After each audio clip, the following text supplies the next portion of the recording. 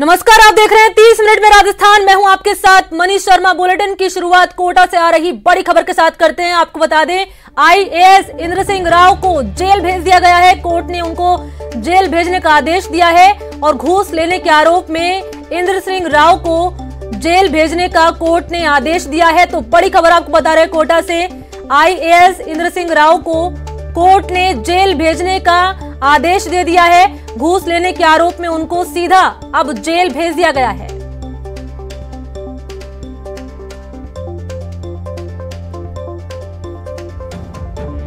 तो कोटा से बड़ी खबर, आईएएस इंद्र सिंह राव को कोर्ट ने घूस लेने के आरोप में अब जेल भेज दिया है।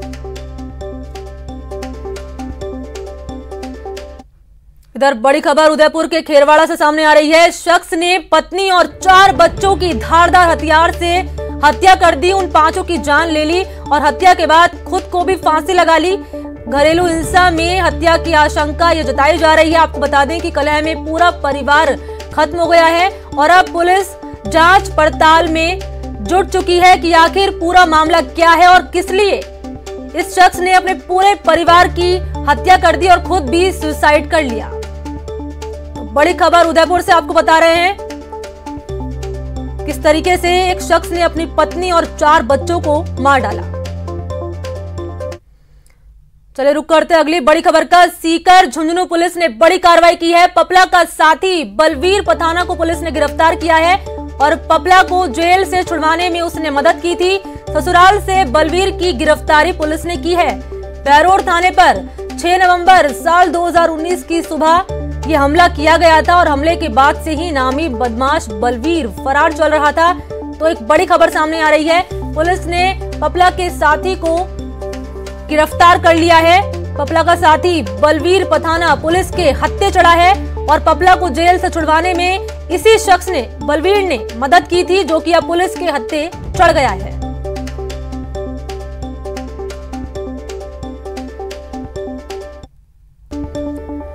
तो बड़ी खबर आपको बता रहे कोटा से, आईएएस इंद्र सिंह राव को कोर्ट ने जेल भेजने का आदेश दिया है। घूस लेने के आरोप में कोर्ट ने यह आदेश सुनाया है। तो बड़ी खबर आपको बता रहे हैं, घूसखोरी मामले में ये बड़ी अपडेट सामने आ रही है। कोर्ट ने अब इंद्र सिंह राव को सीधा जेल भेजने का आदेश दिया है।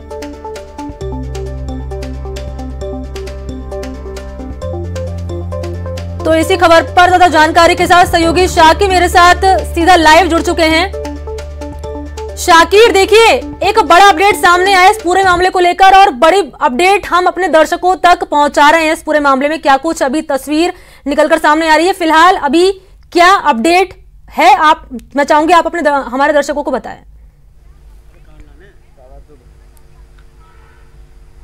जी बिल्कुल, सीधी तस्वीरें दिखाना चाहेंगे। ये जेल है और जहाँ पर जो है कुछ देर पहले ही जो है कलेक्टर जो है इंद्र सिंह राव उनको लाया गया है। 14 दिन की जो है जेल के आदेश दिए गए हैं। एसीबी के जो है एसपी हैं सीपी शर्मा, वो और एसीबी की जयपुर की टीम जो है इनको लेकर के न्यायाधीश के आवास पर पहुंची थी, जहां से जो है जेल भेजने के आदेश दिए गए हैं। बड़ी बात यह है कि एसीबी की टीम ने नार्को टेस्ट की भी मांग की है कि क्योंकि कई सारे सवालों के जवाब देने में वो आनाकानी कर रहे थे। ये कोटा जेल है और अब यही अगला ठिकाना जो है इस कलेक्टर का होगा। बैरिक नंबर 27 जो है वो उसमें उनको रखा जाएगा, क्योंकि नए जो बंदी होते हैं उनको 25, 26 और 27 ये 3 जो बैरिक है इनमें रखा जाता है। 40 बंदियों की क्षमता वाली ये बैरिक है और इसमें अब जो है कलेक्टर का नया ठिकाना।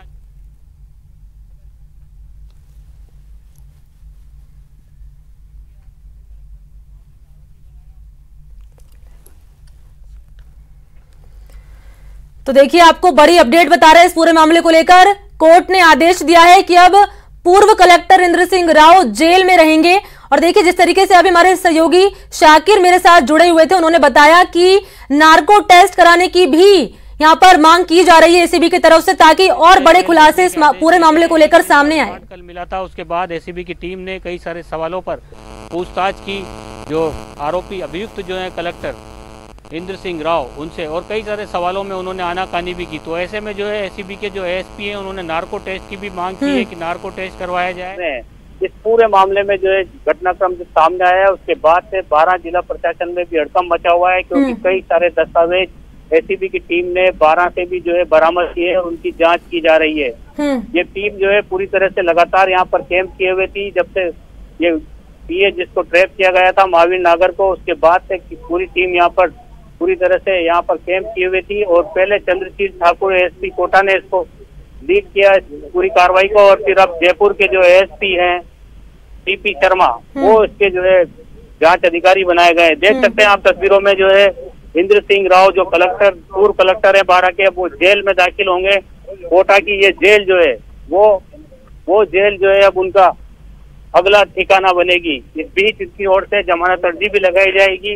उनसे पूछने बातचीत भी करने की कोशिश करते हैं, लेकिन वो कुछ बोल नहीं रहे। हमने एसीबी की चौकी पर भी उनसे बातचीत करने की कोशिश की थी, लेकिन वो कुछ नहीं बोल रहे थे। वो पूरी तरह से मौन धारण किया हुआ था उन्होंने। और इस पूरे मामले में भी उनकी मौन स्वीकृति जो है वो साफ तौर पर सामने आई थी। तो कहीं ना कहीं जो एसीबी ने इस बड़ी कार्रवाई को अंजाम दिया है। एक आईएएस अधिकारी को जो है जेल की सलाखों तक पहुंचा दिया है। और अब बैरक नंबर 27 जो है वो कलेक्टर जो है पूर्व कलेक्टर, उनका अगला ठिकाना होगा कुछ दिन के लिए। इस बीच वो जमानत अर्जी लगाएंगे। 28 तारीख को बताया जा रहा है उनकी तरफ से जमानत अर्जी लगाई जाएगी, उस पर सुनवाई होगी। लेकिन फिलहाल जो है कलेक्टर साहब इस जेल में रहेंगे। जी शाकिर, मैं आपसे दो बातें जानना चाहूंगी। देखिए, पहली बात आपने बताई कि एसीबी ने नार्को टेस्ट की यहाँ पर मांग की जा रही है एसीबी की तरफ से।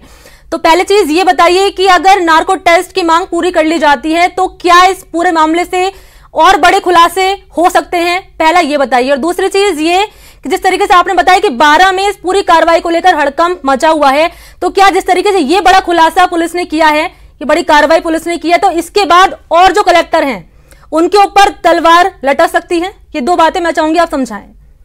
जी देखिए, जहाँ तक नार्को टेस्ट की बात है तो एसीबी ने जब सवालात इनसे किए तो 20-22 सवाल जो किए थे उनके जवाब जो है पूरी से नहीं दे रहे थे, सपोर्ट नहीं कर रहे थे। इस बात को आज भी जो है एसपी टीपी शर्मा जो है एसीबी के, उन्होंने मीडिया से बातचीत में कहा कि उन्होंने पूरी तरह से सपोर्ट नहीं किया बातचीत में।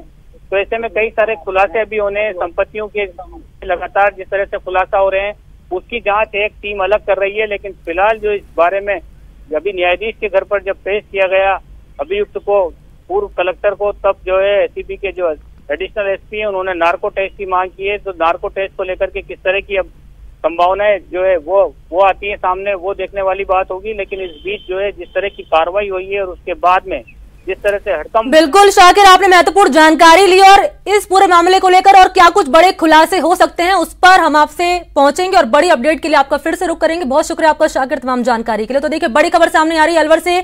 शाहजहांपुर बॉर्डर पर किसानों का जाम लगा हुआ है। NH 48 पर जाम से दिल्ली जयपुर का संपर्क कट चुका है और दिल्ली कूच के लिए किसान निकल चुके हैं। किसानों को हरियाणा पुलिस ने रोका है और दिल्ली से जयपुर आने वाली लेन को जाम कर दिया है। तो देखिए, किसान आंदोलन हर बीते दिन के साथ उग्र होता जा रहा है, गर्माता जा रहा है। देखिए, तस्वीर आपको दिखा रहे किस तरीके से दिल्ली जयपुर का संपर्क कट गया है और इससे न केवल आमजन को परेशानी हो रही है बल्कि जाम की स्थिति भी बन चुकी है, क्योंकि आने जाने वाले लोगों को काफी परेशानी यहाँ पर हो रही है। और NH 48 पर ये तस्वीरें आपको दिखा रहे हैं अलवर की। दिल्ली कूच के लिए ये किसान निकले और देखिए जाम जैसे हालात बन गए हैं और प्रशासन की तरफ से भी लगातार इस जाम को हटाने की कोशिश की जा रही है, लेकिन तस्वीरें इसी तरफ इशारा कर रही हैं कि किसान अड़े हुए हैं। और देखिए, एक्सक्लूसिव तस्वीरें आपको दिखा रहे हैं टीवी स्क्रीन पर। दिल्ली कूच के लिए ये किसान निकले और देखिए जाम जैसे हालात यहाँ पर बन गए हैं। शाहजहांपुर बॉर्डर की ये सीधी तस्वीर आपके टीवी स्क्रीन पर।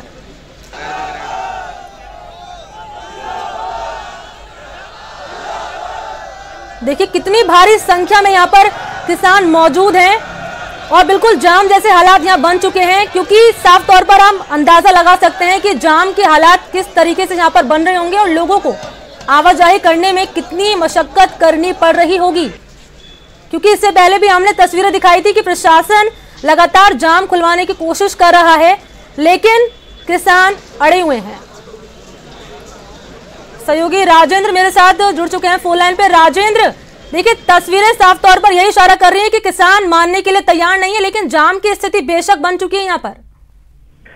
जी, यूं कहें तो दिल्ली का जयपुर से जो कनेक्ट है वो NH 48 पे वो पूरी तरीके से कट चुका है और किसानों ने शाहजहांपुर बॉर्डर पर जाम लगा दिया है। जिस तरीके की जो स्थितियां हैं वहां पर कई बार जो जाम लगाने वाले किसान और पुलिस के अधिकारी आमने सामने हो गए और बड़ी संख्या में जो किसान है वह जमा है। वो लोग धीरे धीरे पुलिस और प्रशासन के जो अधिकारी हैं वो उनको समझाइश कर रहे हैं कि एक लेन पर वो बने रहे, लेकिन किसान अपनी बात को लेकर के अब अड़ गए हैं और किसानों के द्वारा दूसरी लेन जो दिल्ली से जयपुर की तरफ आ रही है उस पर भी जाम लगाकर बैठे हुए हैं। पुलिस के अधिकारियों के द्वारा समझाइश की कोशिश की गई, लेकिन इस दौरान कई किसान जो हैं वो पुलिस के अधिकारियों से उलझते दिखाई कि जो कई बार स्थिति ये थी कि जो किसान है और पुलिसकर्मियों के बीच जमकर हॉक टॉक भी हुई है। लेकिन फिलहाल स्थिति है वो पुलिस के द्वारा बिल्कुल नरमी बरती जा रही है। किसानों के द्वारा कई बार उग्र प्रदर्शन के रूप में किया जा रहा है, लेकिन जो स्थिति है वो तनावपूर्ण कही जा सकती है। हरियाणा पुलिस के द्वारा जैसे ही किसानों के द्वारा दिल्ली को कूच करने की कोशिश की गई, उनके द्वारा बैरिकेड्स लगा दिए गए और उन्हें यहीं रोक दिया गया। उसके बाद किसानों ने जो दूसरी लेन है उसको जाम कर दिया है, क्योंकि कल ही किसानों ने ऐलान कर दिया था कि वो आज दिल्ली कूच करने की कोशिश करेंगे। इसे देखते हुए हरियाणा पुलिस अलर्ट थी और हरियाणा पुलिस के द्वारा जैसे ही किसानों के द्वारा दूसरी लेन से मूव किया तभी उन्होंने बैरिकेड्स लगा दिए और बड़ी संख्या में पुलिस फोर्स हरियाणा की तरफ तैनात कर दी गई थी। उसके बाद राजस्थान की सीमा पे ही जो दूसरी लेन है दिल्ली से जयपुर की ओर आने वाली, उस पर किसान जो है वो बैठ गए और उसको भी जाम कर दिया है। पुलिस और प्रशासन के अधिकारियों के द्वारा तुरंत आनन फानन में जाम लगने पर हाईवे को जो रूट है दिल्ली को जाने वाले जो लोग हैं उनको बहरोड और शाहजहांपुर से पहले के जो रास्ते हैं लिंक रोड है उनसे डाइवर्ट किया गया है। बिल्कुल राजेंद्र, देखिए ये किसान दिल्ली कूच के लिए निकले, प्रशासन ने इनको मौके पर रोक लिया, बैरिकेडिंग यहाँ पर लगा दी और यहाँ पर जाम जैसी स्थिति बन गई है।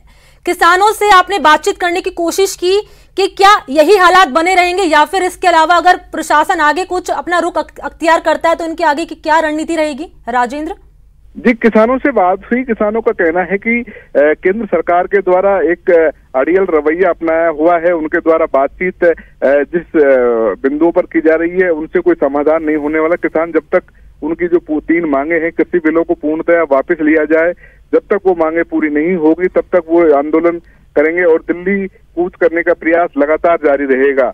लेकिन जिस तरीके से बात है केंद्र सरकार के द्वारा आज प्रधानमंत्री नरेंद्र मोदी के द्वारा किसानों से जिस तरीके से रूबरू हुए वो संपर्क किया है, बीजेपी के नेताओं के द्वारा मोर्चा संभाल लिया गया है। अलवर में भी आज भूपेंद्र यादव जो आए हुए हैं उनके द्वारा किसानों से बातचीत की जा रही है, कार्यक्रम आयोजित करके उन्हें समझाया जा रहा है कि किस तरीके से कृषि बिल हैं जो बिल्कुल। और बड़ा सवाल यही रहेगा कि जिस तरीके से आज प्रधानमंत्री नरेंद्र मोदी ने भी किसानों को संवाद किया और सीधे तौर पर यही संदेश देने की कोशिश की है कि कृषि कानून सीधे तौर पर सिर्फ किसानों के फायदे के लिए है, तो ऐसे में देखना होगा कि क्या इस संवाद के बाद किसान मान जाएंगे या फिर जो तस्वीरें निकलकर सामने आ रही है ये और बड़ा रुख अख्तियार कर लेंगे। बहुत शुक्रिया आपका राजेंद्र तमाम जानकारी के लिए।